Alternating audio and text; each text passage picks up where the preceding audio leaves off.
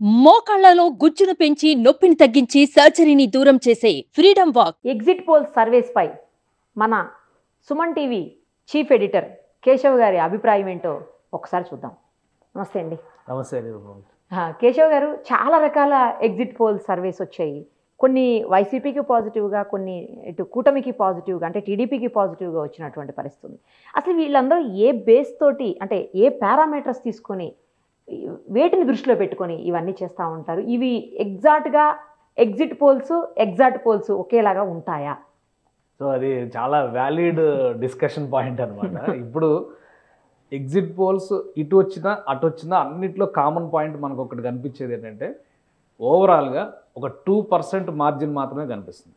అంటే ఒకటి రెండు ఎక్సెప్షనల్ కేసెస్ పక్కన పెట్టేసి చూస్తే ఓవరాల్గా ఇచ్చినటువంటి ఎగ్జిట్ పోల్స్లో ఎవరు వచ్చినా కానీ, కూటమి వచ్చినా అలానే వైసీపీ వచ్చినా కానీ, యావరేజ్ వేరియేషన్ 2 to 4% కనిపిస్తుంది. అంటే ఒక టఫెస్ట్ ఫైటింగ్ సిచ్యుయేషన్ అనేది ఆంధ్రప్రదేశ్లో ఉంది అని ఆల్మోస్ట్ 90% ఎగ్జిట్ పోల్స్ అన్ని కూడా యాక్సెప్ట్ చేసినాయి. సో వాళ్ళ నంబర్స్ ఏవైనా కావచ్చు. ఇప్పుడు ఫైనల్గా 46%కి 48%కి ఉండే డిఫరెన్స్ చాలా తక్కువ, కానీ సీట్స్లో వేరియేషన్ చాలా పెద్దగా అవుతుంది. ఇక్కడ ఇంకొక పాయింట్ మనం గమనించాల్సింది ఏంటంటే, ఆంధ్రప్రదేశ్లో పోటీ కేవలం ద్విముఖ పోరు మాత్రమే జరుగుతుంది. కొన్ని పార్టీలన్నీ కలిసి ఒక కూటమిగా పోటీ చేస్తున్నాయి, ఒక పార్టీ ఆ కూటమిని ఎదుర్కొంటుంది. కరెక్ట్. సో ఈ ఈక్వేషన్లో చూసినప్పుడు ఓట్ల చీలిక పర్సంటేజ్ చాలా తక్కువ ఉంటుంది. అది కూడా ఒక 1 to 2% మాత్రం మనం వేరియేషన్ ఇవ్వగలుగుతాం. సో ఈ టఫెస్ట్ సిచ్యుయేషన్లో ఏపీలో రిజల్ట్ యాక్యురేట్గా ఈ ఎగ్జిట్ పోల్స్ ఎగ్జాక్ట్ పోల్స్ కాబోతున్నాయా అనేది ఒక $1 million క్వశ్చన్గా మారుతుంది. ఇంకోటి ఏంటంటే, పోలింగ్ కంప్లీట్ అయిన తర్వాత నుంచి గత 20 రోజుల్లో మనం కొన్ని ఎస్టిమేషన్స్ వేసుకొని చూసాం. సో ఆ ఎస్టిమేషన్స్ని ఇప్పుడు ఇంకొంత కన్ఫ్యూజన్స్ క్రియేట్ చేసినటువంటి పరిస్థితి ఎగ్జిట్ పోల్స్ ద్వారా కనిపిస్తుంది. ఎందుకంటే గతంలో చాలాసార్లు అసలు నిజంగానే ఎగ్జిట్ పోల్స్ సక్సెస్ అవుతాయా లేదా అనేటువంటి క్వశ్చన్కి కొన్ని ఆన్సర్స్, అంటే సో మెనీ టైమ్స్, అంటే ఒక 70 to 80% ఎగ్జిట్ పోల్స్ కరెక్ట్ అయినాయి. మనకి రీసెంట్ పాస్ట్లో చూసినప్పుడు ఏమవుతుంది, తెలంగాణ ఎలక్షన్స్ మనకు ఇమీడియట్ రెఫరెన్స్ కనిపిస్తుంది. ఇమీడియట్ రెఫరెన్స్లో తెలంగాణ ఎలక్షన్స్లో చాలా వరకు చేసినటువంటి సర్వేల్లో కాంగ్రెస్ గవర్నమెంట్ రాబోతుంది, 1-2 ఎగ్జిట్ పోల్స్ మినహాయిస్తే మిగతా అన్నింటిలో కూడా కాంగ్రెస్ గవర్నమెంట్ రాబోతుంది. నంబర్ మేబీ వ్యారీ, ఎందుకంటే 60 నుంచి 70 to 74 వరకు కూడా కొంతమంది ఇచ్చారు. ఫైనల్గా 64 దగ్గర నంబర్ ల్యాండ్ అయింది. అది క్లారిటీ వచ్చింది. 64 + 1 65 ఫైనల్ రిజల్ట్ తెలంగాణలో వచ్చింది. సో ఇదే రిఫరెన్స్ ఆంధ్రప్రదేశ్తో మనం చూడగలమా? ఎందుకంటే చూసేటువంటి పరిస్థితి లేదు. తెలంగాణలో జరిగింది త్రిముఖ పోరు, 3 పార్టీల మధ్య కొట్లాట జరిగింది. అటు బీఆర్ఎస్, ఇటు కాంగ్రెస్, మరోవైపు బీజేపీ ఒక స్పెసిఫిక్ ఏరియాకి సంబంధించి ఎంఐఎం తనకంటూ ఒక స్పేస్ క్రియేట్ చేసుకుంది. ఆ స్పేస్లో అక్కడ ఎగ్జాక్ట్గా ఆ పార్టీ కూర్చుని ఉండిపోయింది. సో అక్కడ కొంత ఈక్వేషన్ దొరికింది. కానీ 2 పక్షాలు మాత్రమే పోటీ పడేటువంటి సందర్భంలో చాలాసార్లు ఎగ్జిట్ పోల్స్ ఫెయిల్ అయినాయి. సో ఇప్పుడు ఈ ఆంధ్రప్రదేశ్లో చెప్పినటువంటి ఎగ్జిట్ పోల్స్ ఎంతవరకు కరెక్ట్ వస్తాయి అనేది ఖచ్చితంగా ఒక ఉత్కంఠభరితమైనటువంటి సన్నివేశం. 4వ తేదీన మనం చూడబోయేటువంటిదే రియల్ నంబర్స్, రియల్ ఫినామినా. ఎందుకంటే మీకు 2 ఎగ్జాంపుల్స్ చెప్తా. గతంలో జరిగినటువంటి ఎలక్షన్స్, వాజ్పేయి గారు గవర్నమెంట్ ఉన్నప్పుడు 98లో 12 నెలలు మాత్రమే, 1998లో 1998లో జరిగినటువంటి ఎలక్షన్స్లో వాజ్పేయి గారు గవర్నమెంట్ అసలు థంపింగ్ మెజారిటీతో అధికారంలోకి రాబోతుందని అందరూ ఎక్స్పెక్ట్ చేశారు. కానీ అక్కడ కూటమి ఫామ్ అయింది. ఎందుకంటే 96లో దేవేగౌడ గారి ప్రభుత్వం, 97లో గుజరాల్ ప్రభుత్వం, ఈ 2 వైఫల్యాల తర్వాత ఎన్డీఏకి, అప్పుడు ఉన్నటువంటి ఎన్డీఏకి కొంత సానుకూలత ఉంది. కాబట్టి ఖచ్చితంగా బీజేపీ ఒక పెద్ద పార్టీగా అవతరిస్తుంది, అలానే కూటమి కావాల్సినటువంటి మెజారిటీ సాధిస్తుందని అందరూ అనుకున్నారు. కానీ సింపుల్ మెజారిటీ, మళ్ళీ కూటమి కట్టుకోవాల్సినటువంటి పరిస్థితి, గెలిచిన తర్వాత పోస్ట్ పోల్ అలయన్స్కి వెళ్లాల్సినటువంటి పరిస్థితి 98లో వచ్చింది. సో అప్పటికి గవర్నమెంట్ ఫామ్ చేసిన తర్వాత మళ్ళీ ఒక ఏడాది తర్వాత మళ్ళీ ఇమీడియట్గా 12 నెలలకు ఎలక్షన్కి వెళ్ళారు. అప్పుడు క్లియర్ మెజారిటీ బీజేపీ ఆధ్వర్యంలో ఉన్నటువంటి ఎన్డీఏకి వచ్చింది. సో అప్పుడు కూటమి రాజకీయాలు నడుస్తున్నాయి కాబట్టి ఒకవేళ అక్కడ అటువంటి ఈక్వేషన్ సెట్ కాలేదేమో అని అనుకున్నప్పటికి కూడా ఈ మధ్య కాలం, అంటే లాస్ట్ 5-10 ఇయర్స్లో మనం మళ్ళీ ఒక లెక్క తీసి చూస్తే, ఈవెన్ ఇంకొకటి 2004 ఎలక్షన్స్లో ముందస్తు ఎలక్షన్స్కి వెళ్ళారు. ఆంధ్రప్రదేశ్లో తెలుగుదేశం పార్టీ అధినేత చంద్రబాబు నాయుడు, అప్పుడు ఉన్నటువంటి సీఎం, అలిపిరి ఘటన తర్వాత ముందస్తు ఎలక్షన్స్ ప్రపోజ్ చేశారు. వాజ్పేయి గారు కూడా ముందస్తు ఎలక్షన్స్కి వెళ్ళారు. అప్పుడు చెప్పినటువంటి ఎగ్జిట్ పోల్స్ చాలా వరకు కూడా మళ్ళీ ఎన్డీఏ గవర్నమెంట్ ఫామ్ కాబోతుంది జాతీయ స్థాయిలో అన్నారు. బట్ జాతీయ స్థాయిలో యూపీఏ గవర్నమెంట్ వచ్చింది. అంటే ఎగ్జిట్ పోల్ అక్కడ ఫెయిల్ అయినట్టే కదా. సో ఈ 10 ఏళ్లలో జరిగినటువంటి లెక్కలు మనం ఒకసారి తీసి చూస్తే 2014లో 2017లో ముఖ్యంగా 2017లో జరిగినటువంటి 2 ఎలక్షన్స్, బీహార్ ఎలక్షన్స్ కావచ్చు, ఉత్తరప్రదేశ్ ఎలక్షన్స్ కావచ్చు, అక్కడ ప్రిడిక్షన్స్ రూపంలో వచ్చినటువంటి ఎగ్జిట్ పోల్స్ అన్నీ కూడా ఫెయిల్ అయ్యాయి. అదొక లైవ్ ఎగ్జాంపుల్ అనమాట. అంటే అక్కడ ఎవరు కూడా ఎక్స్పెక్ట్ చేయలే. యాక్చువల్గా అయితే మళ్ళీ నితీష్ కుమార్ బీహార్లో గవర్నమెంట్ ఫామ్ చేస్తారనేటువంటి ఎస్టిమేషన్స్ వేశారు. బట్ నితీష్ కుమార్ ఫామ్ చేయలేకపోయారు. ఎందుకంటే ఆయన మళ్ళీ లాలూ ప్రసాద్ యాదవ్తో అలయన్స్ అయ్యి ఆ తర్వాత గవర్నమెంట్ ఫామ్ చేసేటువంటి పరిస్థితి అప్పుడు ఏర్పడింది. సో ఈ మధ్య మనం మళ్ళీ 2022లో ఉత్తరప్రదేశ్లో జరిగినటువంటి ఎలక్షన్స్ కూడా చూద్దాం. ఉత్తరప్రదేశ్ అంటే చాలా పెద్ద అసెంబ్లీ, ఆల్మోస్ట్ 400 పైగా సీట్లు ఉన్నటువంటి అసెంబ్లీ. అందులో మెజారిటీ సాధించడం అంటే చాలా tough situation. Plus UP government already Yogi Adityanath ఆధ్వర్యంలో బీజేపీ గవర్నమెంట్ ఒక టర్మ్ అయింది కాబట్టి యూపీలో ఉన్నటువంటి ఫినామినా ప్రతిసారి గవర్నమెంట్ మారేటువంటి పద్ధతి ఉంటుంది. రెండోసారి గవర్నమెంట్ ఫామ్ చేయడం చాలా కష్టం. కానీ 2022లో ఎగ్జిట్ పోల్స్ అన్నీ కూడా యోగి ఆదిత్యనాథ్ వెళ్ళిపోతారని చెప్పినాయి. కానీ అక్కడ గవర్నమెంట్ వచ్చింది. సో ఇట్లా కొన్ని ఎగ్జాంపుల్స్ చూసినప్పుడు ఏంటంటే టఫ్ సిచ్యుయేషన్స్ ఉన్న దగ్గర ఖచ్చితంగా ఆ ఈక్వేషన్లో ఉండేటువంటి మార్జిన్ చాలా తక్కువ ఉన్న దగ్గర ఎగ్జిట్ పోల్స్ కరెక్ట్గా నాడిని పట్టలేకపోతున్నాయి అనేటువంటి సంకేతాలు చాలా స్పష్టంగా ఉన్నాయి. సో ఇప్పుడు ఆంధ్రప్రదేశ్లో మనం వేసుకున్నటువంటి లెక్కలు చూస్తే ఈ ఎగ్జిట్ పోల్స్ అన్నీ చెప్పినటువంటి వేరియేషన్ కేవలం 2 to 4%, 2 నుంచి 4% మాత్రమే ఉంది. కాబట్టి ఇప్పుడు వేసినటువంటి అంచనాలు ఎంతవరకు కరెక్ట్ అవుతాయి. కానీ నాకు ఇక్కడ ఒక చిన్న డౌట్ ఏంటంటే కేశవ్ గారు, ఇందాక మనం ఆరా మస్తాన్ సర్వేని తీసుకుందాము. ఆయన అందులో ఏం చెప్తున్నారంటే ఆడవాళ్ళందరూ వైసీపీకి వేశారు, మగవాళ్ళందరూ కూటమికి అంటే టీడీపీకి వేశారని చెప్తున్నారు. అలాంటప్పుడు ఇటు సగం అటు సగం వెళ్ళిపోయాయి కదా, ఇంకా వీళ్ళే గెలుస్తారు వాళ్ళే గెలుస్తారని ఎట్లా చెప్పగలుగుతాం ఇలాంటి విషయాల్లో? అంటే ఆరా మస్తాన్ సర్వే రిపోర్ట్ కన్ఫ్యూజన్ ఇంకొంత పెంచింది. వాస్తవానికి ఏంటంటే ఆయన చేసినటువంటి లాస్ట్ ఒక 10-15 ఇయర్స్లో ఆయన చేసినటువంటి ట్రాక్ రికార్డు చూస్తే చాలా వరకు సక్సెస్ రేట్ అక్యురేట్ గా ఉంటుంది. అది చూసిన తర్వాత ఖచ్చితంగా ఇతను ఏదో ఒక సొల్యూషన్ చెప్తాడని అందరూ ఎక్స్పెక్ట్ అనుకున్నాం. బట్ దానికి భిన్నంగా వచ్చింది. ప్లస్ ఆయన ఇచ్చిన నంబర్స్ కూడా 92-94 దగ్గర నుంచి 104 లెక్క చెప్పాడు. తర్వాత మళ్ళీ ఆయన మాట్లాడేటప్పుడు 104 కంటే ఎక్కువ పెరగవచ్చు. ఇంకా మీరు చేసిన ఎగ్జిట్ పోల్కి వ్యాలిడిటీ ఏంటి? ఇప్పుడు ఎగ్జిట్ పోల్లో 2 నంబర్స్ ఎందుకు చెప్తారంటే మినిమం 92 అయితే మాక్సిమం ఒక నెంబర్ చెప్తాం. ఒకవేళ మాక్సిమం ఈ నంబర్ క్రాస్ చేస్తుంది అన్నప్పుడు మీ ఎగ్జిట్ పోల్ ఫ్లాప్ అయినట్ట, సక్సెస్ అయినట్ట, కన్ఫ్యూజ్ చేసినట్ట, గందరగోళం సృష్టించినట్ట. సో ఇక్కడ పెద్ద కన్ఫ్యూజన్ పెట్టేసి వదిలేశారు ఆయన.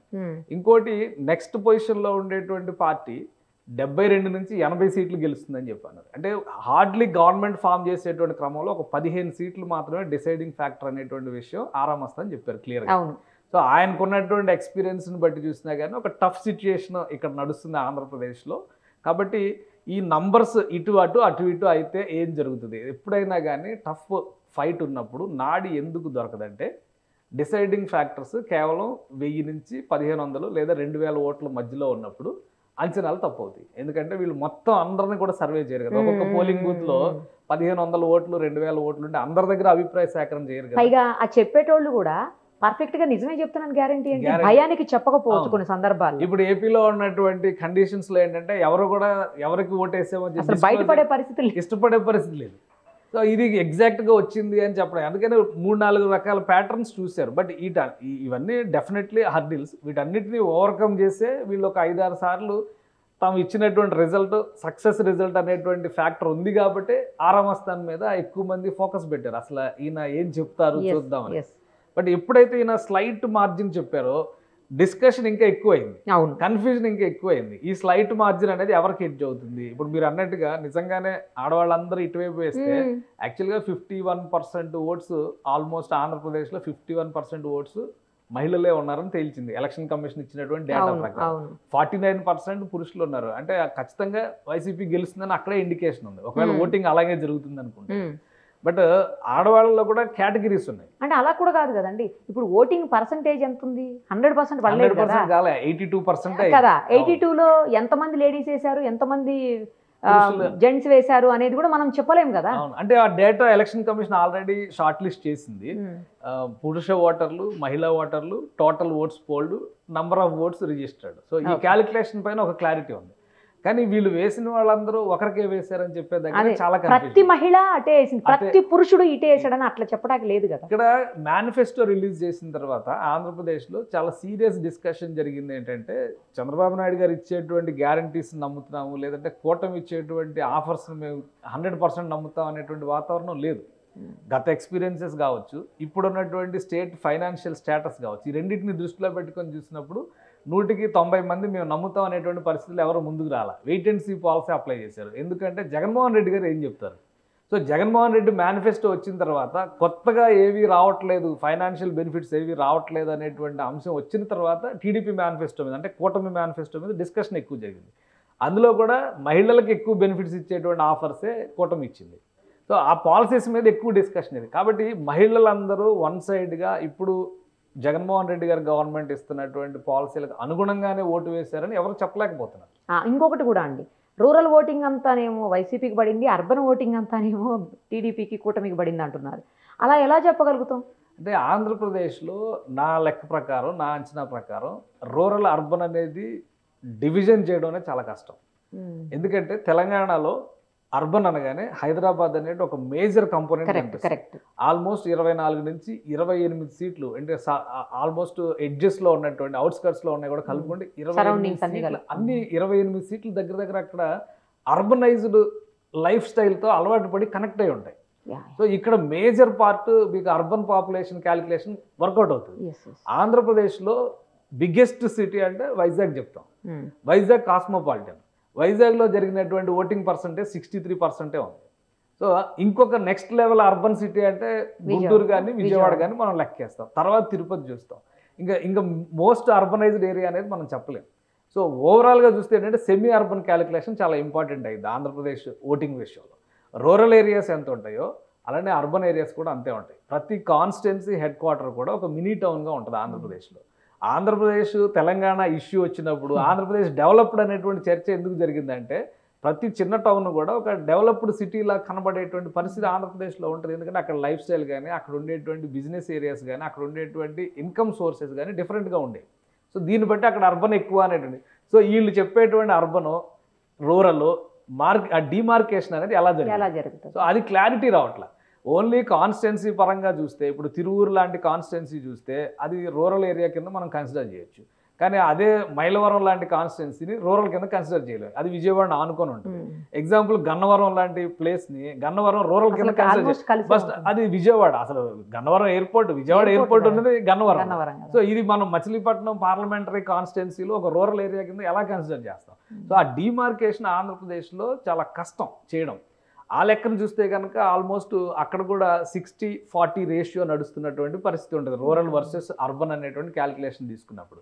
అందుకనే ఆంధ్రప్రదేశ్లో ఒక ఓటు ఒకవైపే జరిగింది అంటే ఒక కేటగిరీని దృష్టిలో పెట్టుకుని మహిళలందరూ ఇటువైపే ఉన్నారు, లేదా పురుషులందరూ అటువైపే ఉన్నారు, లేదా లోవర్ ఈవెన్ ఎస్సీ ఎస్టీస్ని కూడా మనం అలా బైఫర్గేట్ చేయడానికి అవకాశం ఉంది. ఈవెన్ ఆరామస్తాన్ ఇచ్చినటువంటి డేటాలో కానీ కొంతమంది ఇచ్చినటువంటి అంటే కొన్ని సర్వే సంస్థలు బీసీ ఓటు పడింది అంటున్నారు, మైనారిటీ ఓటు 30% ఎన్డీఏకి పడింది అంటున్నారు. మైనారిటీస్ పూర్తిగా వ్యతిరేకంగా ఉన్నప్పుడు 30% ఎన్డీఏకి ఓటు పడితే మరి ఎస్సీ ఎస్టీల్లో ఆ డివిజన్ జరగలేదా? ఎస్సీ ఎస్టీలు అందరూ కూడా మాకు బెనిఫిట్ చేస్తున్నారు కాబట్టి మేము ఇటు సైడే ఉంటాం అనేటువంటి కన్క్లూజన్కి వచ్చారా? ఎస్సీ ఎస్టీల్లో గ్రాడ్యుయేషన్స్ చేసిన వాళ్ళు లేరా? ఉద్యోగాల కోసం చూస్తున్న వాళ్ళు లేరా? అలానే ఎంప్లాయ్మెంట్ ఆపర్చునిటీస్ కోసం కానీ ఈవెన్ బిజినెస్ ఆపర్చునిటీస్ కోసం కానీ చూస్తున్న వాళ్ళు లేరా? సో వీళ్ళ ఓటు అంతా ఎటు ట్రాన్స్ఫర్ అయి ఉంటుంది? కేవలం కులాన్ని బేస్ చేసుకుని వీళ్ళు ఓటు వేసి ఉంటారా? సో ఈ చాలా ప్రశ్నలు ఉన్నాయి. ఈ ప్రశ్నలకు వేటికి కూడా ఆన్సర్స్ రాలా. వరకు వెయిట్ చేయాల్సిందే. ఎందుకంటే ఇది కన్ఫ్యూజన్ మరింత పెంచింది. ఒకటి నా లెక్క ప్రకారం ఏంటంటే టఫెస్ట్ ఫైట్ అనేది 2 వర్గాల మధ్య జరుగుతుంది. ఇది 2 వర్గాలే ఉన్నాయి కాబట్టి ఎంత కన్ఫ్యూజన్ ఉంది. 2019లో చతుర్ముఖ పోటీ జరిగింది. బీజేపీని మనం ఒక బలమైన పార్టీగా కన్సిడర్ చేయకపోయినా కానీ ఆంధ్రప్రదేశ్లో బీజేపీకి ఉండేటువంటి ఖచ్చితంగా చీలుస్తుంది. At the same time Congress కానీ లెఫ్ట్ పార్టీస్ కానీ ఇవన్నీ కూడా అక్కడ ఒక బలమైనటువంటి ఇంపాక్ట్ ఉండేటువంటి కాన్స్టిట్యున్సీస్ ఉన్నాయి. Even Janasena, BSP, left parties ఒక కూటమిగా కట్టినా కానీ ఈ లెక్కలన్నీ కూడా కలిసి చూసినప్పుడు మనం 4 వైపులో పోటీ జరిగింది. అందుకనే ఒక క్లారిటీ వచ్చింది. అంటే ప్రభుత్వ పైన వ్యతిరేకత, అలానే కొత్త అవకాశాలు, జగన్మోహన్ రెడ్డికి ఒక అవకాశం ఇస్తే కొత్త మార్గాలు వేస్తారు అనేటువంటి ఆలోచన. ఈ రెండింటి వల్ల ఏంటంటే అప్పుడు ఈక్వేషన్ చెప్పడం చాలా ఈజీ అయిపోయింది. ఇప్పుడు కష్టమైంది. 2014లో జరిగినటువంటి లెక్కల్లో కూడా బీజేపీ కలిసినప్పుడు మనం 2014 ఎలక్షన్స్ కంబైన్డ్ స్టేట్లో చేసాం. ఆంధ్రప్రదేశ్ విడిపోయి చేయాల, గెలిచిన తర్వాత విడిపోయింది ఆంధ్రప్రదేశ్. June 2 కదా అపాయింటెడ్ డే. అప్పటి వరకు అందుకే కదా ఆయన ముందు ప్రమాణ స్వీకారం చేశారు, ఈయన June 9 ప్రమాణ స్వీకారం చేశారు. కాబట్టి ఎలక్షన్ మాత్రం కంబైన్డ్ స్టేట్లో జరిగింది. కంబైన్డ్ స్టేట్లో జరిగినటువంటి ఈక్వేషన్ వేరు. ఒకవేళ కంబైన్డ్ స్టేట్లో గవర్నమెంట్ ఫామ్ అయితే మళ్ళీ అప్పుడు కూటమి గవర్నమెంట్లోకి వచ్చేటువంటి పరిస్థితి ఉంటుంది. విడిపోయినటువంటి రాష్ట్రంలో ప్రమాణ స్వీకారాలు జరిగినాయి కాబట్టి ఇక్కడ టీఆర్ఎస్ గవర్నమెంట్ ఏర్పడింది, అక్కడ తెలుగుదేశం ఆధ్వర్యంలో గవర్నమెంట్ ఏర్పడింది. ఇప్పుడు చాలా క్లియర్ కట్ అనాలిసిస్ మనకు కనిపిస్తుంది ఏంటంటే 2 వర్గాలుగా ఆంధ్రప్రదేశ్ని చీల్చేటువంటి ప్రయత్నం రాజకీయ పార్టీల ద్వారా జరిగింది. సో ఆ చీలికకి ఆంధ్రప్రదేశ్ ప్రజలు ఎంతగా ప్రభావితం అయ్యారనేది కేవలం 2 నుంచి 3%, 4% మధ్యలో మాత్రమే ఉంది. అందుకనే అసలు రిజల్ట్స్ వచ్చే వరకు ఈ అంచనాలు కన్ఫ్యూజన్స్ని పెంచేవి, గందరగోళాన్ని సృష్టించేవి తప్పితే ఎక్కడ కూడా ఉపయోగపడేటువంటి పరిస్థితి లేదు. ఎగ్జిట్ పోల్స్లో కూడా ఇంకొక చిన్న చేంజ్ ఏంటంటే అసెంబ్లీ వైజ్గా చేసిన ఎగ్జిట్ పోల్స్లో ఒక రకమైన రిజల్ట్ వచ్చింది, లోక్సభ స్థానాలకు చేసిన డిఫరెంట్ వచ్చింది. సో దానికి కూడా కొన్ని ఎగ్జాంపుల్స్ ఉన్నాయి. ఇప్పుడు లాస్ట్ టైం ఎలక్షన్స్ చూద్దాము. లాస్ట్ టైం ఎలక్షన్స్లో వైసీపీ 22 పార్లమెంట్ స్థానాలు గెలిచింది. ఇక్కడ టీడీపీ చూస్తే 23 అసెంబ్లీ స్థానాలకు మాత్రమే పరిమితమైంది. టీడీపీ గెలిచిన 3 పార్లమెంట్ స్థానాల పరిధిలో కూడా వైసీపీనే మేజర్ అసెంబ్లీ సీట్స్ గెలిచింది. కరెక్ట్. కాబట్టి ఇప్పుడు మనం క్రాస్ ఓటింగ్ అనేది ఇక్కడ మేజర్ ఫ్యాక్టర్ అవుతుంది. ఎందుకంటే బీజేపీ ఇన్వాల్వ్ అయింది కాబట్టి సెంట్రల్ గవర్నమెంట్ దృష్టిలో పెట్టుకుని ఓటు వేసేటప్పుడు ఒక ఓటరు నువ్వు ఎవరికి ఓటు వేసావంటే ఎటువైపు చెప్తారు, కూటమి వైపు అంటే ఇప్పుడు మళ్ళీ ఇంకో కన్ఫ్యూజన్ ఉంది. కొన్ని చోట్లేమో క్యాండిడేట్స్ టీడీపీ క్యాండిడేట్స్ అసెంబ్లీకి ఉంటే జనసేన క్యాండిడేట్స్ పార్లమెంట్ ఉన్నారు, అలానే బీజేపీ క్యాండిడేట్స్ ఉన్నారు. ఇక్కడ ఆ మెటీరియల్ గ్యాదరింగ్ లోనే చాలా కన్ఫ్యూజన్ స్టేటస్ ఉంది. కానీ ఒకరిని చూసి ఒకరు ఇస్తున్నారా, లేదంటే అందరూ కలిసి వాళ్ళ అంచనాలను దృష్టిలో పెట్టుకొని అక్కడ జరిగేటువంటి డిస్కషన్స్ని దృష్టిలో పెట్టుకొని ప్రజలు ఏం చెప్తున్నారు అనేటువంటి ఒక లెక్కతో ఈ అంచనాలు వేస్తున్నారని. ఇంకో విషయం ఏంటంటే నేషనల్ ఎగ్జిట్ పోల్స్ ఏవి కూడా ఆంధ్రప్రదేశ్ని స్పెసిఫిక్గా ఎక్కడ చెప్పాల. ఓవరాల్గా వాళ్ళు పార్లమెంటరీ స్థానాలు ఎలా తీసుకున్నారో ఆ డేటా మాత్రమే చెప్పారు. ఏపీలో జరిగినటువంటి ఎగ్జిట్ పోల్స్, ఏపీకి సంబంధించినటువంటి సంస్థలు చేసిన ఎగ్జిట్ పోల్స్ మాత్రం ఏపీ అసెంబ్లీ గురించి ఎక్కువ డిస్కస్ చేశారు. అందుకని ఈ రెండింటి మధ్య క్రాస్ ఓటింగ్ విషయంలో ఒక మిస్ మ్యాచ్ ఉంది అని అనిపిస్తుంది. ఈ మిస్ మ్యాచ్ ఎంత కన్ఫ్యూజన్ యాడ్ చేస్తుంది మళ్ళీ ఆ 2 to 4%లో. సో అందుకనే క్లారిటీ రావాలంటే మాత్రం ఖచ్చితంగా June 4వ తారీఖు వరకు ఆగాల్సిందే. కన్ఫ్యూజన్ కాకుండా ఒక క్లారిటీ అంటే ముందు జస్ట్ ఒక నాలెడ్జ్ కోసం మనం చూడాలంటే మాత్రం ఎగ్జిట్ పోల్స్లో వచ్చినవి వీళ్ళు ఎవరికి ఇచ్చారు, వాళ్ళు ఎవరికి ఇచ్చారు, ఒకవేళ ఈ రెండింటిని కంపేర్ చేసి చూస్తే ఏం జరుగుతుంది అనేది ఒక డిస్కషన్ పాయింట్ కోసం మాత్రమే మనం చూసే అవకాశం కనిపిస్తుంది. కానీ ఎగ్జిట్ పోల్స్ని బట్టి ఏపీ ప్రజల నాడిని పట్టుకోవడం అనేది అసాధ్యంగా కనిపిస్తుంది నాకైతే. రైట్ అండి, థ్యాంక్ యూ సో మచ్. చూద్దాం, ఇంకా కొన్ని గంటలే ఉంది కదా, కొద్ది గంటల తర్వాత ఈ కన్ఫ్యూజన్ అన్నిటికీ తెరబడిపోతుంది, ఎవరు ఏంటనేది ఫుల్ క్లారిటీ వస్తుంది అందరికీ. థ్యాంక్ యూ అండి, thank you so much. Suman టీవీలో మీ పర్సనల్ అండ్ బిజినెస్ ప్రమోషన్స్ కోసం కింది నెంబర్కి కాంటాక్ట్ చేయండి.